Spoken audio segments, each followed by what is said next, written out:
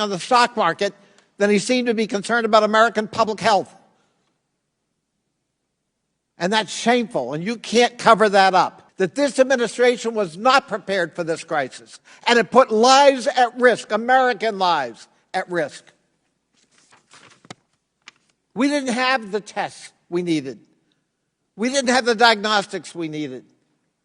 The president made patently false assertions, which Dr. Fauci correctly corrected, about the development of the virus. In fact, he was more concerned about what was happening on the stock market than he seemed to be concerned about American public health. And that's shameful, and you can't cover that up. The president has made some bizarre statements here. Look, I want to be together with my Republican colleagues, but when the president said he has an uncle who went to MIT in the 1930s and that he has a natural affinity and an ability for this, it's got to raise some red flags.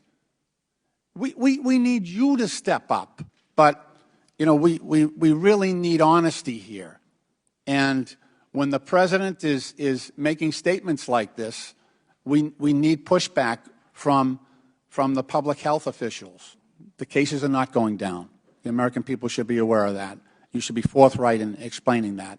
When the secretary of when the president's economic director says, we got this contained, not quite airtight, but almost there. We need you, our public health officials, to step up and say that is not true.